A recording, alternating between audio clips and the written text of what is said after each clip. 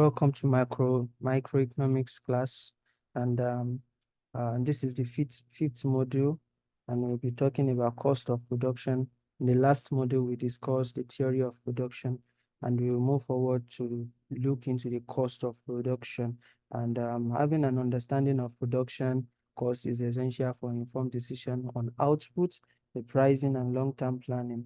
And that is why we need to look into the key microeconomics concept as it pertains to cost of production. And we look it from short-run versus long-run cost behavior to economies of scale also, which are very important in discussing microeconomics rather.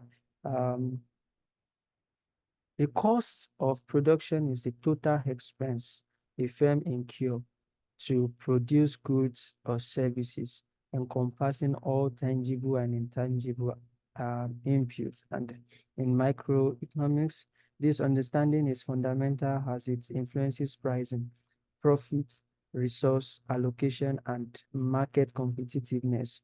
And then at this, we look into the two fundamental components that together forms a firm's economic cost of production, and these are the explicit and the implicit costs. When we talk about the explicit costs, these are direct out-of-pocket payments for external resources like wages, the rent, the raw materials. These are explicit costs, and these are recorded in accounting books and determines accounting profit. We look into also another one is the implicit cost, and this is also known as the imputed or opportunity cost. And these are costs of using self-owned resources like foregone salaries, the rental incomes. These are self-owned resources. You forego it in order to in the production process, and they are not recorded in accounting, but crucial for measuring economic profits. We've talked about accounting profit and economic profit. What do these concepts actually mean? For accounting profit, it is total revenue minus explicit cost, and it is actually useful for tax reporting, but ignores opportunity cost, not reflecting the full economic picture. And we also see economic profit as that which is total revenue minus the addition of explicit cost and implicit costs. And it provides a more realistic measure of performance by accounting for all resource costs. And a business might show accounting profit, but be economically unsustainable if implicit costs are high. And this suggests better alternative opportunity.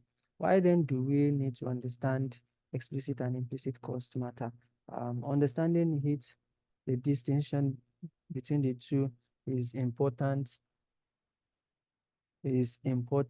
because it helps determine whether a firm is truly making a profit when all resource uses are considered. Also, it influences long-term decisions such as whether to continue a business, invest in expansion, or exit a business. And lastly, it is very important because it explains why some firms may seem profitability on paper, that is the accounting profit, but are not economically sustainable. Types of production cost. We have the total cost, the average cost, the marginal cost, and these are the costs. I'll be talking about the overall, and the total cost is the overall cost incurred in production, and it is denoted by total cost is equal to total fixed cost plus total variable cost, TFC plus TVC, and it increases with output. The average cost, which is the cost per unit of output, indicating production efficiency, and this includes the average total cost, average fixed cost, and average variable cost. And we have the marginal cost, which is the additional cost of producing one more unit. And MC is actually equals to change in TC over change in quantity, and it's critical for optimal production decision. And the cost behavior, when we talk about the cost behavior, we can see it in short run versus long run. And in short run, um, at least one input like capital or land is fixed. This leads to U-shape cost curve for the average cost and marginal costs. And initially under short run, we can see that there is increasing output, spread fixed cost, and improved efficiency. And eventually, diminishing marginal return costs, the average variable cost and marginal cost to rise. And in the long run, we see that all inputs are variable and there are no fixed costs. And firm can adjust plant size, the labor, and the technology. And in long run cost curve are influenced by the economies of scale, which is decreasing long run average cost as output increases, and this economy of scale, which is increasing long run average cost after a certain output level due to insufficiency. We still see it while as we go on. Relationship among cost curve. The interaction between marginal cost, average total cost, and the average variable cost is central to a firm's cost analysis and decision making. And for MC, it intersects both ATC and AVC. It intersects both ATC and AVC. And when we talk about this, this is because when marginal cost is less than the average, it pulls the average cost, average down.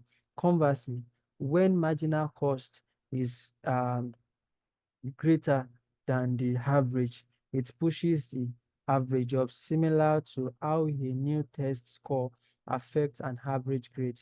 Therefore, if the MC is less than the ATC or AVC, then the average is decreasing. And if the MC is greater than the ATC or AVC, then the average is increasing. So the relationship is critical in identifying the most cost-effective or efficient level of output.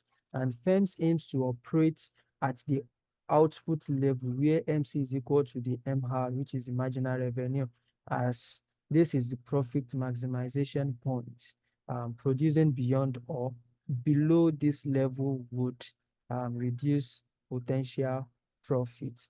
Just like I said, the economies and diseconomies of scale has grown as firm grows, average production costs change due to economics and diseconomics of scale, and crucial for long-run strategic planning. For economies of scale, it refers to the cost advantage as output increases, leading to decreasing long-run average cost, which is the LRAC. This results from improved efficiency, specialization, and spreading fixed cost over more units.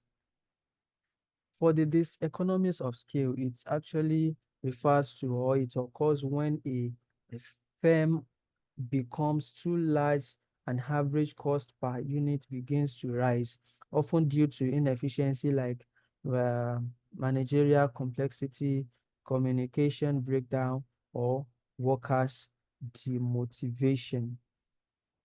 The relationship between cost and production. When we talk about this, it's the cornerstone of microeconomics theory, and how a firm organizes and utilizes its input determines both its output and the cost of producing each unit.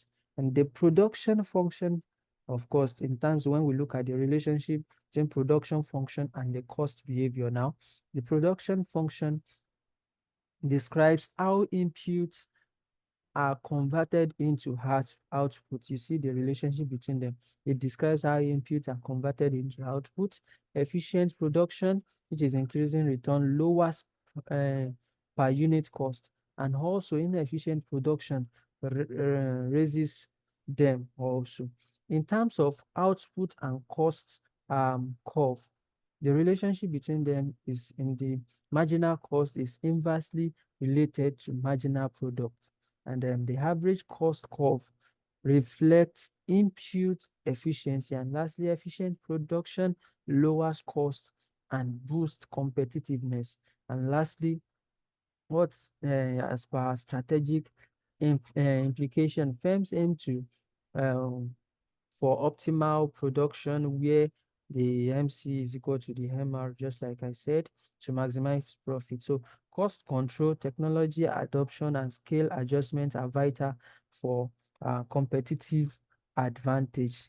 In conclusion, the theory of production is fundamental concept in microeconomics that helps firms understand how costs behave at different production level and time horizon. And the model has actually explored the distinction between the two explicit and implicit costs, the different types of costs that we have, total, average, marginal, and how they influence production decision in the short and long run. And we've seen cost structure, we've seen the difference between the short run and long run, we've seen the economics of scale, and we've also seen the strategic making aspect where firm balances production where MC is equal to MR for profit maximization. Thank you for following till this moment.